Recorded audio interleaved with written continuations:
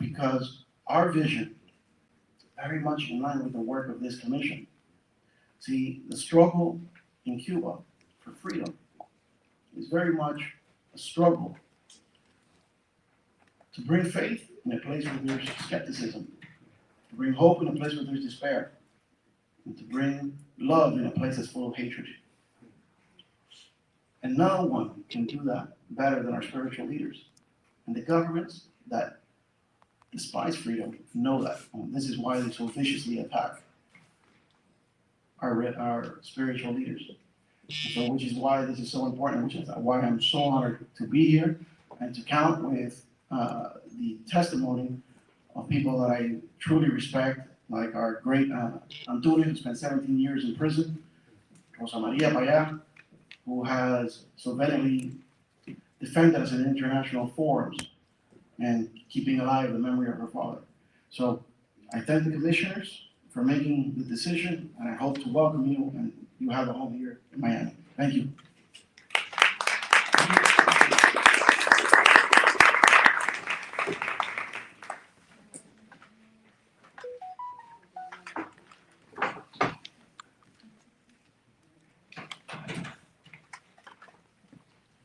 Good morning, and thank you for attending the United States Commission on International Religious Freedom's hearing on deteriorating religious freedom conditions in Cuba.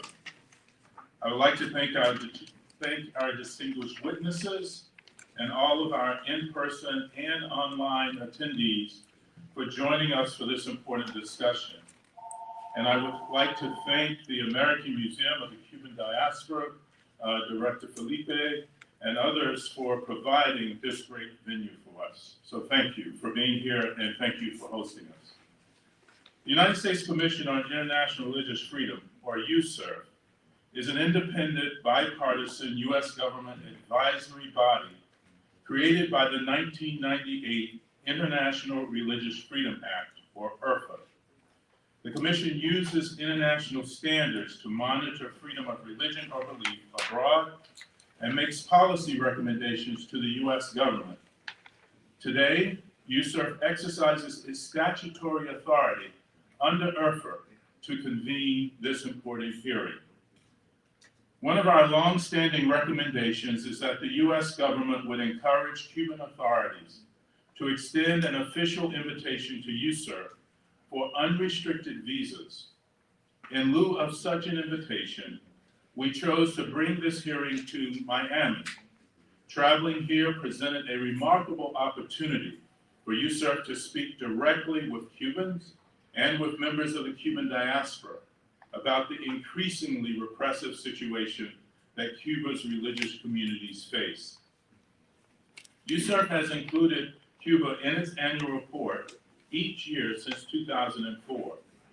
In our 2023 annual report, we document the Cuban government's systematic, ongoing, and egregious violations of religious freedom in 2022.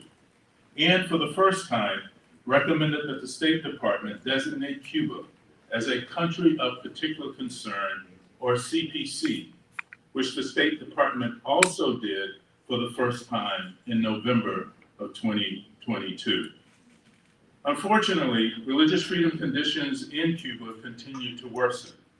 The Cuban government tightly controls religious activity through surveillance, harassment of religious leaders and lay people, forced exile, fines, and ill treatment of religious prisoners of conscience. Religious leaders and groups that are unregistered or conduct unsanctioned religious activity, as well as journalists reporting on religious freedom conditions, face relentless oppression from the Office of Religious Affairs in Cuba, or ORA, and state security forces. I will now turn the floor over to Commissioner Frank Wolf to share some concerning religious freedom trends in trends USERF is tracking in Cuba. And let me just say, before I turn it over to Commissioner Frank Wolf, this man has almost single-handedly in the United States and around the world promoted international religious freedom. He is the architect of the 1998 legislation in many ways that gave rise to this work. There is a subsequent act called the Frank Wolf International Religious Freedom Act that was passed in 2010 that expands the authority of this commission and recommends other strengthening approaches by the U.S. government to issues of international religious freedom. We have him to thank for so much in this arena. It's an honor to sit at this desk with him, at this table with him, and it's an honor to serve on the commission with him. I give you former Congressman, now Commissioner, Frank Wolf. Thank you.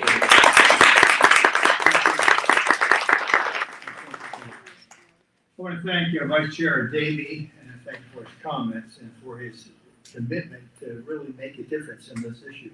I also want to join you in welcoming everybody here that's at the hearing today. In a recent monitoring of religious freedom in the country, we find that the Office of Religious Affairs, or as Fritz and ORA, continues to enforce a variety of restrictions on religious activity. Religious organizations in the country are required to apply to the Ministry of Justice, where the ORA is housed for registration. Despite existing criteria, registration decisions are often arbitrary and discriminatory. Unregistered religious groups are particularly vulnerable to official harassment, as membership or association with an unregistered religious group is a crime. The ORA also exercises direct and arbitrary control over the affairs of registered religious organizations, requiring the permission for virtually any activity other than regular worship service. The Cuban government regularly targets members of religious communities who refuse to abide by strict regulations set out by ORA. Authorities subject pastors to detention, interrogation, threats of prison sentences on false charges, and confiscations of property. USERF received reports indicating that Cuban authorities detained and interrogated citizens who traveled or planned to travel to the United States in 2022, and also arbitrarily barred an imam from traveling to Mecca for the Hajj. I'd like to now pass the floor over to my fellow commissioner, Stephen Schneck, who will highlight some cases from USERF's Freedom of Religion or Belief Victims List. Commissioner Schneck. Thank you, Commissioner Wolf. It's an honor to be here today, and I too would like to thank our host, the American Museum of the Cuban Diaspora, for having us today. USERF is required by Congress to maintain a list of certain victims of religious persecution, or victims list. This includes those imprisoned due to their faith-based activity or religious freedom advocacy. To fulfill that mandate, USERF created the Freedom of Religion or Belief for Victims list, which you can find on our website. There are currently 8 Cubans on the 4 victims list, 4 Protestants and 4 Santeria practitioners who are members of the independent and unregistered Free Yoruba Association of Cuba. I would like to take a moment to highlight one case that is illustrative of the Cuban government's crackdown on people of faith. Reverend Lorenzo Rosales Fajardo of the independent Montes de Sion Independent Church participated in the July 11, 2021 protests. Authorities detained him that day. In the months since his detention, Rosales Fajardo endured beatings, degrading treatment by prison guards, and the denial of familial contact. The government sought to impose a 10-year sentence and tried him in December on charges of disrespect, assault, criminal incitement, and public disorder, quote unquote. Rosales Fajardo was sentenced to 8 years in prison, though his sentence was reduced by 1 year in May. In June of last year, it was reported that Rosales Fajardo's appeal had been rejected. His wife has been threatened with imprisonment herself if she continued to speak out publicly about her husband's case. The government has targeted the pastor for over a decade because of his leadership of an unregistered church in the city of Palmas Soriano. In 2009, government authorities confiscated his family home, which also served as their church. According to Christian Solidarity Worldwide, the same officer was involved in the confiscation, who was involved in the confiscation now holds a position in the Ministry of the Interior and was responsible for the decision to charge and imprison Pastor Lorenzo. Rosales Fajardo's story is one, frankly, that is all too common today in Cuba. Let me now address this morning's audience with a specific request. If you know of any individuals who have been targeted due to their faith-based activity or advocacy in Cuba and should be included on USCIRF's For Victims list, I invite you today to log on to the USCIRF website and submit information to us for our review. I will now turn it over to Vice Chair Davey. Thank you, Commissioner. Thank you, Commissioner Schneider. I would like to briefly introduce the witnesses for our first panel. Each person's full biography can be found in the printed handouts and on USCIRF's website. We will first hear from Rosa Maria Paya Acevedo, Director of Cuba Decide, and then to be followed by Dr. Teo Baboon, President and CEO of Outreach Aid to America. Welcome, Ms. Paya, and the floor is yours. Thank you so much. It is an honor to have this opportunity to address the Commission and each one of you in a very serious and grave problem that we have been facing for 64 years, but we have seen deteriorated in the last years. The Commission encouraged me to talk about the suppression of civil, human, and political liberties, also to give recommendations on what the U.S. government could do, and a brief overview on what our platform is. It is a non-confessional civic platform, but we have the honor of also have among our promoters many religious leaders. Some of them are here today. One of the most unfair and extended myths created by the propaganda of the Cuban Communist Party and its agencies is that citizens are happy there, despite repression of human, civil, and political rights. The truth is that since the beginning, the Cuban people have continuously rebelled against the injustice imposed by the state, and since 2020, citizen mobilization and peaceful protests against the government have intensified, shattering the myth of the submission of the Cuban people and unmasking the brutality of the regime to the whole world through the lens of the cell phones and the reach of the internet. The state's political repression and violence have become widespread, particularly after the mass protests that began on July 11, 2021. Despite the repression, during 2022, at least 3,000 more pro-democracy protests were held through the island. The most conservative data from organizations that monitor human rights in Cuba document more than 1,000 political prisoners, including at least 130 women and 30 minors. State security forces and the police aggressively suppressed freedom of expression, assembly, and peaceful demonstrations by ordinary citizens, regardless of their affiliation with opposition, religious, or civic organizations. Today, in Cuba, there are people sentenced to prison for sharing a post in Facebook. The state exercises violence every day against citizens, and that is to say that the government that exists in Cuba systematically exercises state terrorism against its own people, because the violence exercised against the citizens has the goal of infusing panic among the population, and that's the concept of terrorism. One of the cases registered by the Fundación para la Democracia Panamericana's Incidents Report Center is that of the Navarro family. In July 2021, Felix Navarro, president of the Pedro Luis Boitel Party for Democracy and promoter of Cuba Decide, was arbitrarily detained along with his daughter, Zailí Navarro. They saw information at the police station in the municipality of Matanzas about individuals that were detained in the peaceful demonstrations that took place the day before. Felix was sentenced to 9 years in prison, and Sailí was sentenced to 8 years by a court that did not adhere to any minimum standards of independence and impartiality. In a similar situation, José Daniel Ferrer, who was recently held incommunicado for more than 3 months in prison, and his family, upon seeing him, denounced alarmingly deteriorated health of José Daniel due to terrible conditions and the physical and psychological torture to which authorities have subjected him. For decades, the Cuban regime has suppressed religious freedom and persecuted men and women of faith who dare to have a public and social expression consistent with their religious values.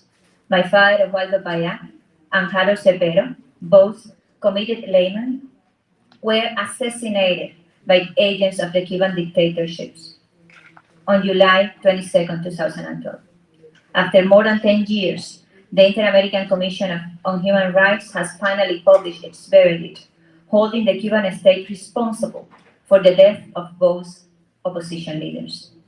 All religious groups continue to be restricted from undertaking social actions, educational activities, or accessing mass media.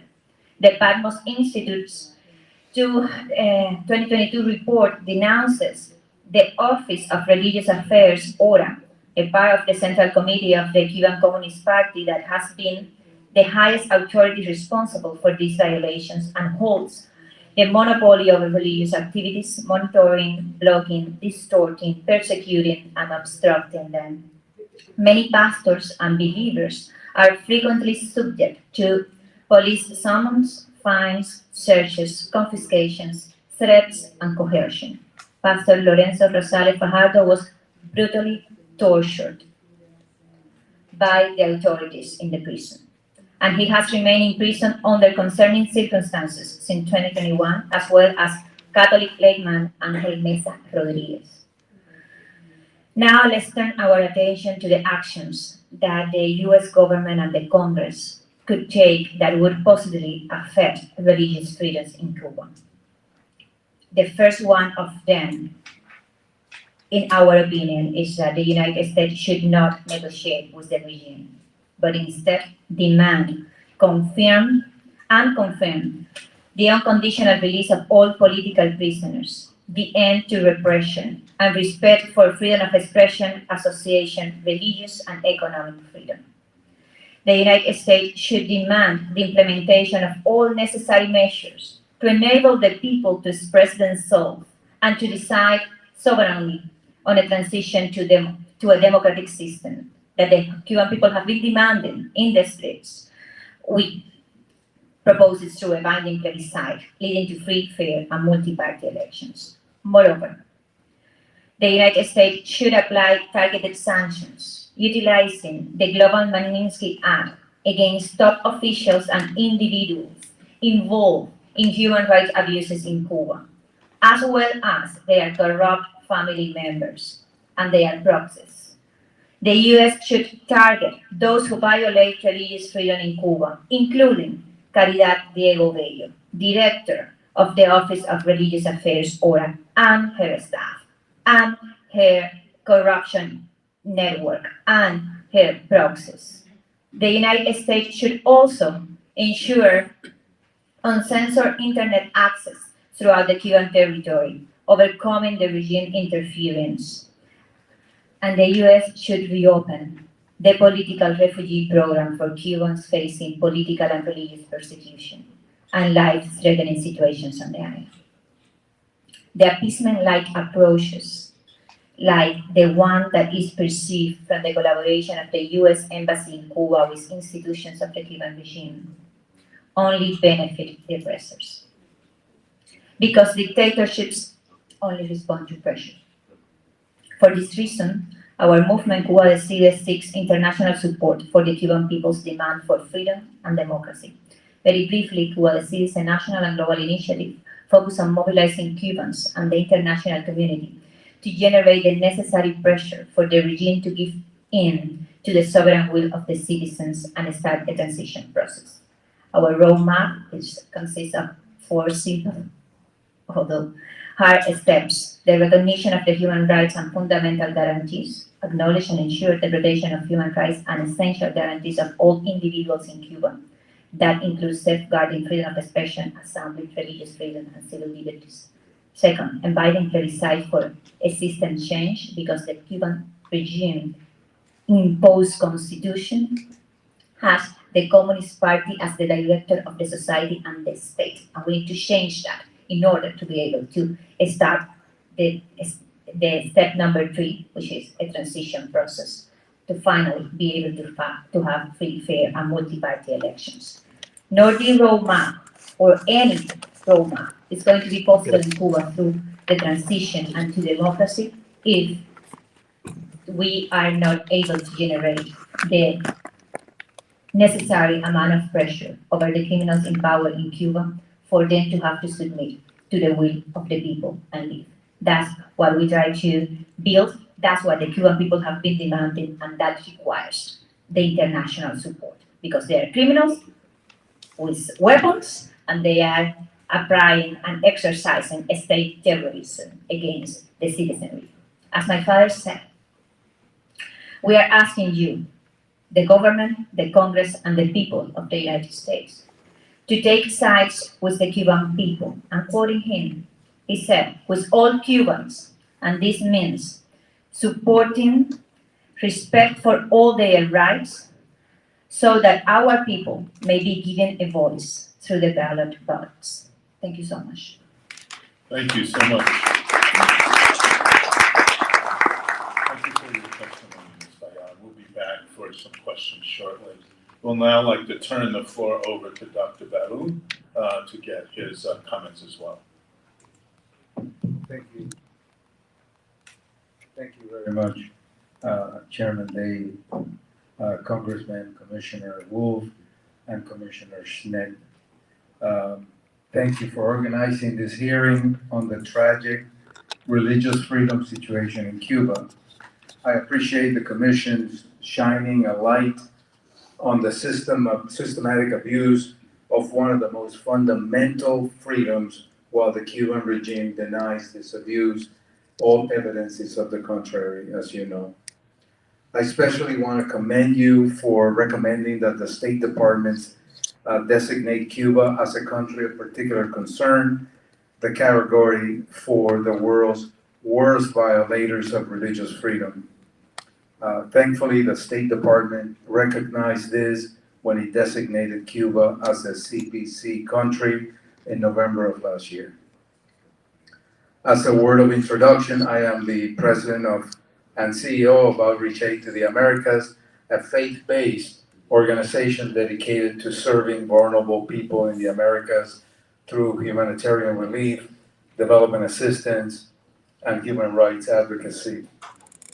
Unlike Rosa Maria, who's up in the technology, I had to write my speech and bring it in a hard copy. OAA addresses pressing human rights concerns and advocates for religious freedom in countries with restrictive regimes. OAA has channeled its efforts towards documenting human rights violations and raising awareness about the importance of religious freedom. This strategic activity has enabled OAA to play a pivotal role in promoting positive change and amplifying the voices of marginalized communities in nations like Cuba and Nicaragua. In Cuba, as in other countries under authoritarian rule, the downtrodden often sustains hope through their faith. Despite the regime's constant harassment, millions of Cubans regularly worship and receive spiritual guidance from religious leaders, though often they must do so in the shadows. Cuba's faith community has filled a crucial void in the island's oppressed civil society, providing hope and spiritual support, as well as social services to the most marginalized community members who their government, which is in constant state of crisis, is unwilling or unable to reach. Faith-based leaders frequently are in the front line of human rights defense, promoting peaceful dialogue, and advocating for non-violent democratic change. They do so with great risk. However, the communist regime does not tolerate criticism or challenges its authority. As a Jewish leader said in a webinar that we just had recently, the communists, I quote, "The communists tell you you can believe in whatever you want, but you have to kneel in front of the dictatorship. You are going to believe, but I am going," speaking for the government, "I am going to put limits in your beliefs." To better understand the Cuban government's behavior, we go back to the beginning of the regime, who in the 1960s declared itself an atheist state and severely persecuted churches and other religious actors, expelling many from the island, as most of you heard this morning during a tour of the wonderful American Museum of the Cuban Diaspora. However, in the face of most Cuba's deep spiritual convictions, the communist government retreated from its stand. In fact, Cuba was eventually visited by 3 Catholic pontiffs, more than any other Latin American country. Partially as a result, in 1992, the regime relaxed restrictions on religious communities and under a new constitution declared Cuba a secular state. Sadly, the easing of restrictions proved superficial. The government continued to systematically violate Cubans' fundamental rights to freedom of religion or belief. The regime's strategy has been to control, regulate, and repress religion, and it does out of its worst treatment for churches that it refuses to recognize or to register. Cuba's new constitution, approved in only 2019, weakens the protection that existed under the old constitution. However, unlike democratic governments, the regime which is directed by the Communist Party, rules by laws, decrees, and obscure administrative orders without the slightest regard to a constitution limit or provisions. Thus, the Constitution is a non-issue in Cuba. In a poll released last week by the NGO Observatorio Cubano de Derechos Humanos in Madrid, you may have heard, it was revealed that 7 out of 10 Cubans, or 68% of the population on the island, know someone who has been harassed, repressed, threatened, or obstructed in their daily life for reasons related to their faith. The survey concluded that religious freedoms are not respected or guaranteed in Cuba. The Cuban regime continues to use its surveillance and control system to limit or persecute any public expression, especially political, of those who assume a civic commitment in accordance with the values of their faith. Likewise, it limits the action and social influence of religious entities or congregations, especially those that demand a greater presence in the public space and in communities. The government's Office of Religious Affairs, ORA, part of the Central Committee of the Communist Party, known by us and others, defenders of freedom, as the religion police, as you heard from earlier from Commissioner Congressman Wolf and later from Ms. Paya, regulates all matters related to religious groups, including registration, travel, building permits, import limits, and even access to Bibles and other religious scriptures. ORA shows favoritism to certain religious groups and that submit to its control, while harassing and punishing all others. ORA and other government offices utilize shifting tactics against faith organizations, leaders, and worshipers, including harassment, threats, and physical attacks, confiscation of property, frequent police summons, accusation of illegal or immoral behavior, denial of rights of employment or education, including for family members, acts of repudiation. It spreads public perception and hearsay. It disseminates public sentiment and gossip. It cultivates public views and speculation. It plants seeds of public opinion and rumors and misinformation to build division between faith groups and fabricate alleged crimes. Thus, we see many religious people going to prison not because they're religious, but for some fabricated crime that the government invents. The government even creates fake organizations that supposedly represent religions. These state-run proxy organizations implement government campaigns, including internationally, to project a frontage of religious tolerance, even as we saw last week in horror when Pope Francis met the president of Cuba at the Vatican, accompanied by none other than the head of the Cuban religious police, Caridad Diego. A real shock to all of us. In closing, I would like to offer some of my organization's recommendations to USERV, the Department of State, and the international community. Number one, Cuba should stay on the State Department's list of countries of particular concern unless conditions measurably improve.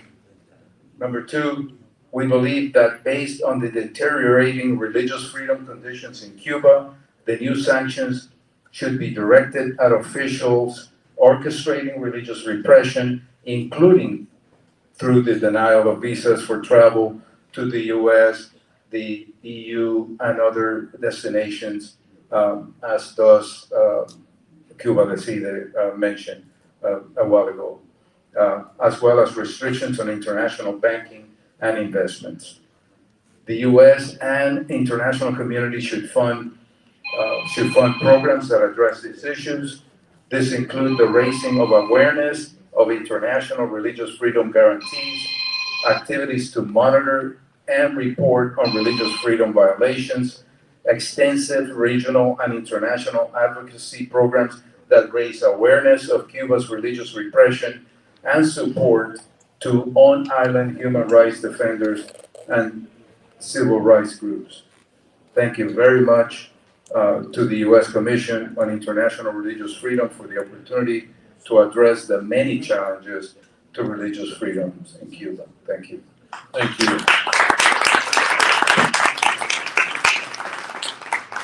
So we'd like to ask a few questions if we might. I'll start and then I'll turn it to my fellow commissioners, Commissioner Wilson, Commissioner Snyder. I'm curious, or we're curious, if the Cuban government in any way tries to influence or seeks to repress the views or harass Cubans who are here in the U.S. We've looked a lot at what we call transnational repression, and we're just curious as to whether you or anyone you know are experiencing that kind of interference by the Cuban government here in the United States. You like to, I'll start quickly. One of the strategies of the Cuban government, a very Machiavellian strategy, is to use the social media as a way of publishing expressions that seem to be general expressions from the public. They have a number of individuals who are constantly publishing articles in places like Facebook and YouTube and the like. We often see attacks, hear attacks, and read attacks to some of the Cuban defenders, both those still in Cuba, particularly lately Catholic priests who are very brave and have been speaking very strongly against the government repression and others. And the kind of attacks that we're hearing are not pretty. They're very very strong attacks, personal attacks against most of them, including some who are here today and speak against the government in the United States. Just in addition to the defamation campaign that is permanent from the Cuban regime against religious leaders, opposition leaders, people that have just been forced to exile, they also use their influence and their agents of influence, but also their state security agents out of Cuba to expand that repression. Speaking from my personal experience, I have been detained in several airports in Latin America, even under the excuse of having an Interpol red alert on my name. And that was manipulation of the Cuban state security agents in the local airport at Peru, Lima, for instance, just to give you an idea of the reach of the intelligence.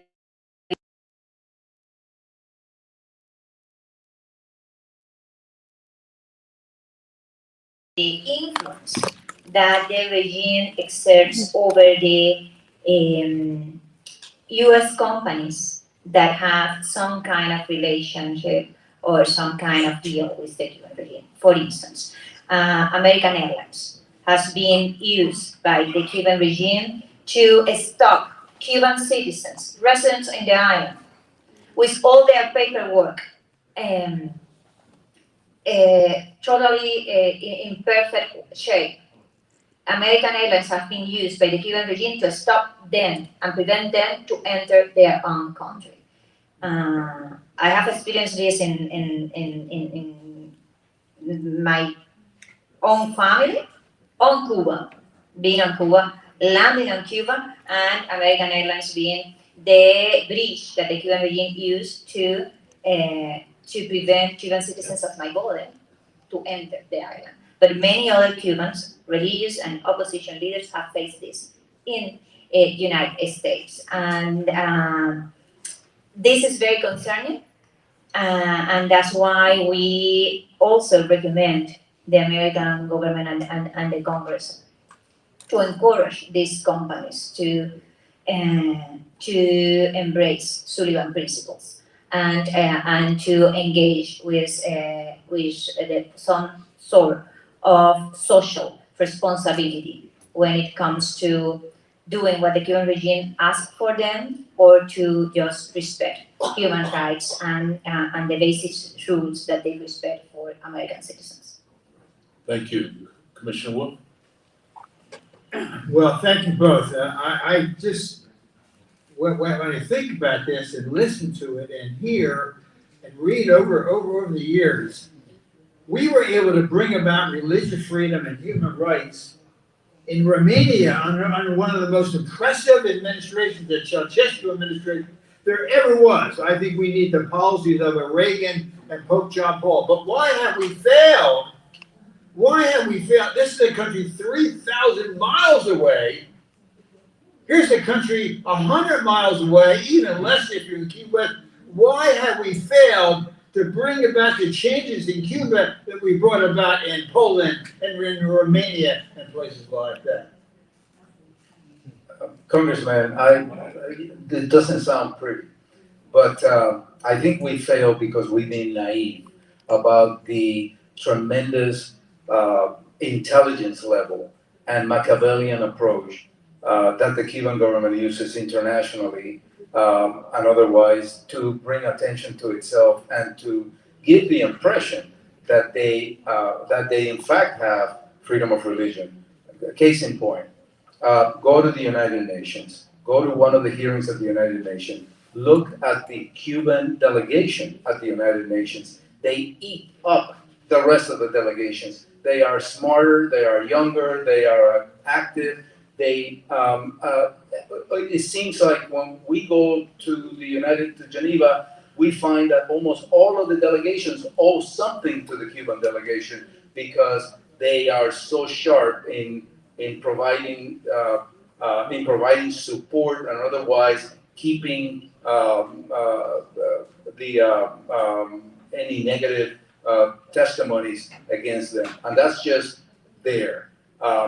Look at what's happening in your own neighborhoods, your churches here in the United States. We haven't taken a poll, but you don't have to take a poll. You just go to 100 churches in the United States, and 90% of the churches in the United States think that there's total freedom of religion in Cuba. They've done a wonderful job, a terrible Machiavellian job, as I call it, of creating the impression that what we know, what we gave testimony to today, is completely a lie and is fabrication. We just have not done enough to combat that. Have not done enough to fund the programs at the State Department, at USAID, and others to give them the power to be able to work with NGOs around the world, to be able to advocate against that for which we know to be truth, which is the way in which the Cuban government operates. We just have lost that battle, and we just need to regain control. I'm very sorry to say this, but I do believe that the generic Jew, the international community, including the US, just haven't done enough, haven't actually tried to help the Cuban people on that medular demand that is existential for what we're talking about here, which is the respect for religious freedom, which is freedom. The Cuban people has been demanding freedom for 64 years, especially noticeable has been during the last 3 years with all the citizen mobilization, and we haven't had actions from the international community as the ones that you just mentioned when you referred to John Paul II, Reagan, and the international community to bring down the Berlin Wall, supporting the citizens of the Central Eastern Europe. That's not what the Cuban people have received. We haven't enjoyed the solidarity of the international community.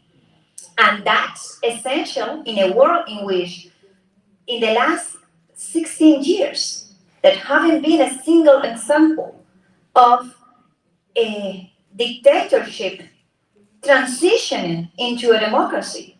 But what we have seen in the world in the last 16 years is the opposite. It's many democratic regimes becoming more and more illiberal. And let's be clear, there's not going to be religious freedom in Cuba while the Cuban Communist Party is the director of the society and the state. Communism is just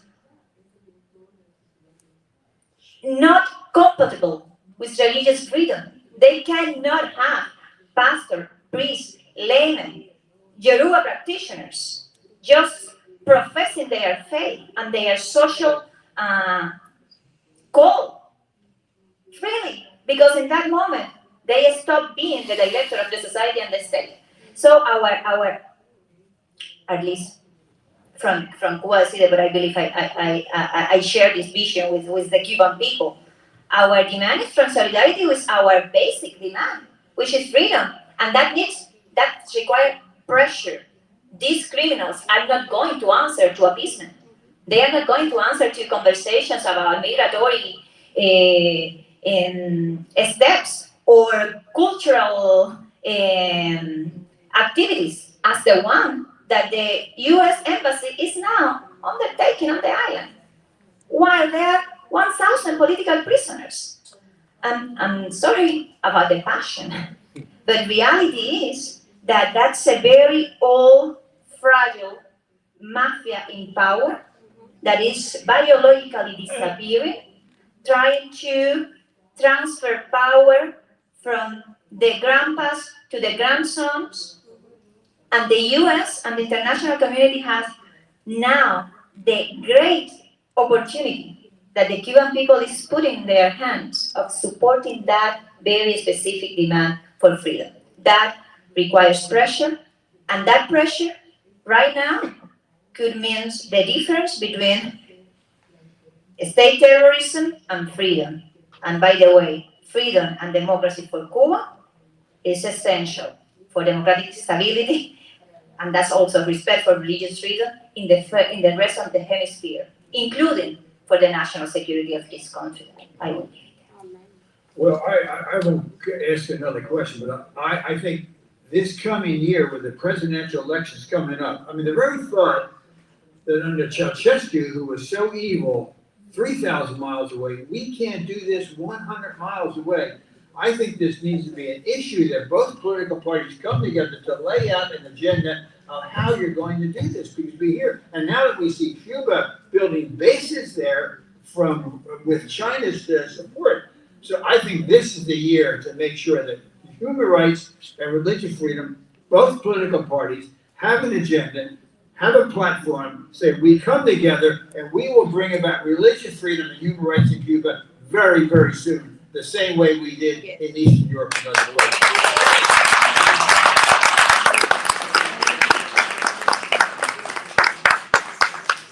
So I think I'm getting the word, Commissioner Smith, that we probably should move to the next panel because of time. So we will get more questions, but this has been extraordinary, extremely informative.